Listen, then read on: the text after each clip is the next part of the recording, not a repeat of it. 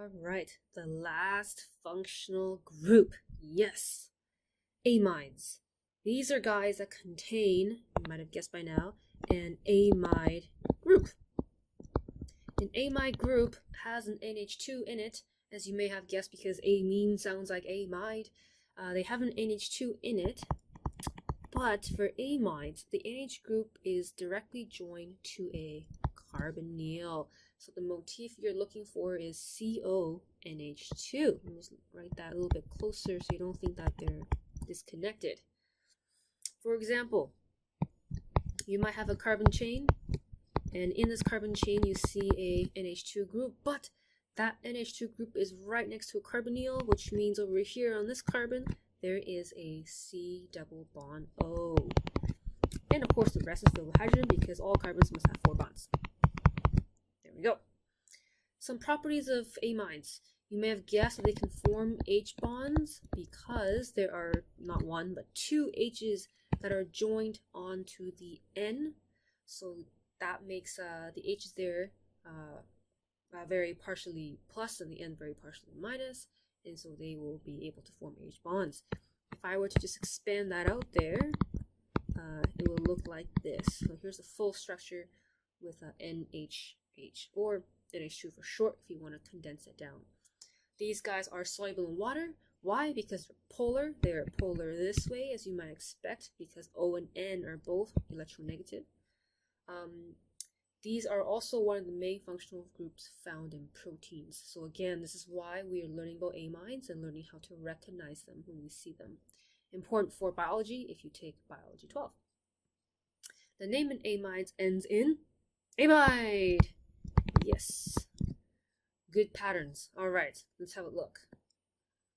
Let's do a very simple example. CH3, C, NH2, like so. Okay.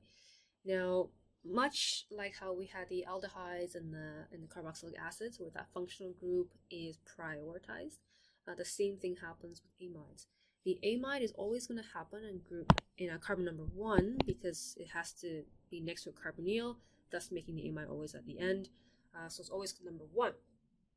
So if that's 1, this is 2. In total, there's only 2 carbons long here. This is ethane, but instead of ethane, we're going to write ethanamide. Cool. Next example. Let's put in some branches here. CH3. CH. Oh, by now you guessed that I'm going to put a branch there later. It's missing an H. CH2. C, double bond O, NH2. Let's put on a bromine. Why not? Okay. Carbon 1 is always going to be this one, where the carbonyl is. And we have 2, 3, and 4. Branches first, we have a 3 bromo. Then we're done. 4 carbons is butane. Butane, change the ending to amide, butanamide. 3-bromobutanamide or 3-bromobutanamide, depending on what you feel like sounds better. Next, let's go back to our line diagrams because, let's be honest here, those are the ones that are easiest to draw, am I right? Here we go. Branch there, branch here. Alright. Carbon 1, always right there. 2, 3, 4, 5, and 6. Okay, we have 2 types of branches. We have methyls and ethyls. Ethyls go first by virtue of alphabetical order, and it is on carbon 3. 3-ethyl. We have 2 methyls, so we're going to put the numbers down, 4, 5. There are 2, the prefix for 2 is di, dimethyl. Finish it off here. How many carbons we got? We got 6 carbons. This is hexanamide.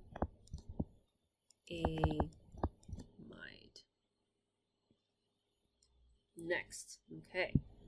Let's just rotate this guy around so you know that the carbonyl can face downwards too.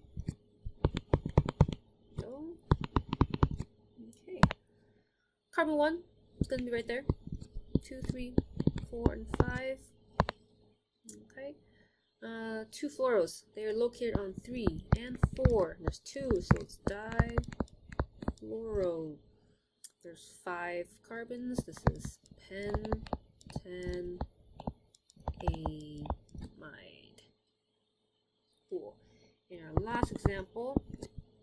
change it up a bit. Here is a full structure. Whoa, what's going on there? There's only one carbon. Whew. What do we do now? Ah, there's this 4. Cannot do this. Calm down. What's the name for a 1 carbon thing? That is methane. This is simply methan. Oh, spelled that wrong. Methanamide. Methanamide. There we go. Now, amides don't have to always be at the very first carbon. We just do that for you in Chem 11 to simplify the naming a bit, and that to start having you begin to recognize what's an amide and what's not. But amides can actually be located in the middle of a chain too. You are not required to know how to name those, but it is worthwhile to show you what that might look like. So we have a chain here, carbonyl, an N. If it's in the middle of a chain, we would expect the other side to have some stuff, maybe some branches. And because that N is in the middle, it's got 2 bonds right now. It's going to have a lone pair, so it's going to have an H on it as well. We will also call that an amide group. It's just that this amide group is in the middle of a chain. We're not going to worry about how to name those. Of course, if you're interested, you can always Google it to find out.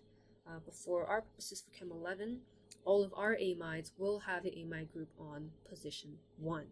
And if that's the case, we don't have to write 1 every time we see the word amide, because again, if it's automatically number 1 when it's 1, it would be redundant to write the number 1. Okay, and that is our entire organic unit. Awesome. Go out.